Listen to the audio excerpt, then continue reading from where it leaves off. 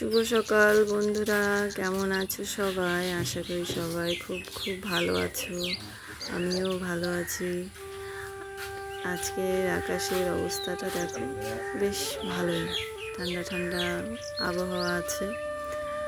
আর অনেকেই আমার বাড়ির আশেপাশে দেখতে চাও, তাই আজকে দেখাচ্ছি। দেখো, বাড়ি থেকে বেরোলাম, বাড়ির আশেপাশেটা একটু দেখাচ্ছি।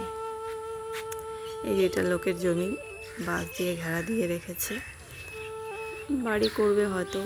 আগে তো একদমই ফাঁকা ছিল, এখন তাও তো কয়েকটা বাড়ি হয়েছে এখানে।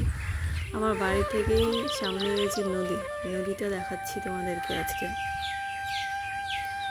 এই যে দেখো, গরুগুলো আছে, ঘাস খাচ্ছে।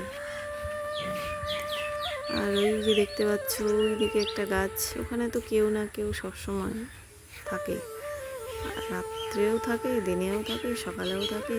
এই যে দেখো নদীটা কত সুন্দর লাগছে দেখতে। এখন তো তাও অল্প জল, এই দুদিন বৃষ্টি হলো তার জন্য এই যে জলগুলো দেখা যাচ্ছে, থাকে না। আর যখন কন্টিনিউ বৃষ্টি হয়, বাবা, শুধু ঢেউ আর ঢেউ, দেখেই ভয় লাগে। আর আমার তো জল এমনিতেই ভয় লাগে, আমি দুবার জলে ডুবে গেছি। আর এই নদীতে না ছট পূজা হয়, এখানে না, ওই দিকটা হয়, আমাদের এখানে হয়। আর এই যে আজকের ব্রেকফাস্ট, আলু পরোটা। এখানে আটার ডো করে রাখা হয়েছে, আলু সেদ্ধর মধ্যে দেওয়া হয়েছে পেঁয়াজ কুচি, লঙ্কা কুচি, জিরে গুঁড়ো, ধনে গুঁড়ো, লবণ। আর এই যে এখন দেওয়া হবে গরম মশলা গুঁড়ো।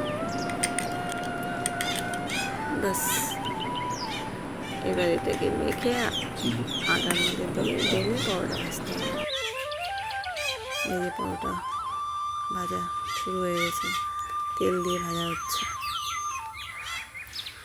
পরোটা খেতে ভালো লাগে, কিন্তু আমি বেশি খেতে পারি না, একটা দেড়টা এরকম খাই, খেতে পারি না, অসুবিধে হয়। আর এখন তো এই বুকে ব্যথা হওয়ার পর থেকে এখন তো খুবই ভয় লাগে কিছু খেতে। আমার ছেলে বানাচ্ছে, আমার খুব প্রিয় তো, তাই জন্য। এই যে দেখো পরোটা ভাজা হয়ে গেল, খেতে বসে পড়েছি। দেখো খাচ্ছি, ভালোই বানিয়েছি।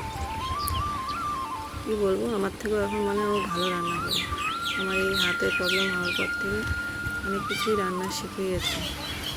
আমি কিছুই করতে পারতাম না, সবই আমার করতে হতো, করে দিতে হতো। এই দেখো চিড়ে চিড়ে খাচ্ছি। আর আমি ভিডিও বানাচ্ছি, আমার ছেলে হাসছে। তো চলো বন্ধুরা, আমার এই ছোট্ট ব্লগটা যদি তোমাদের ভালো লাগে, অবশ্যই একটা লাইক, কমেন্ট, শেয়ার আর সাবস্ক্রাইব করে আমার পাশে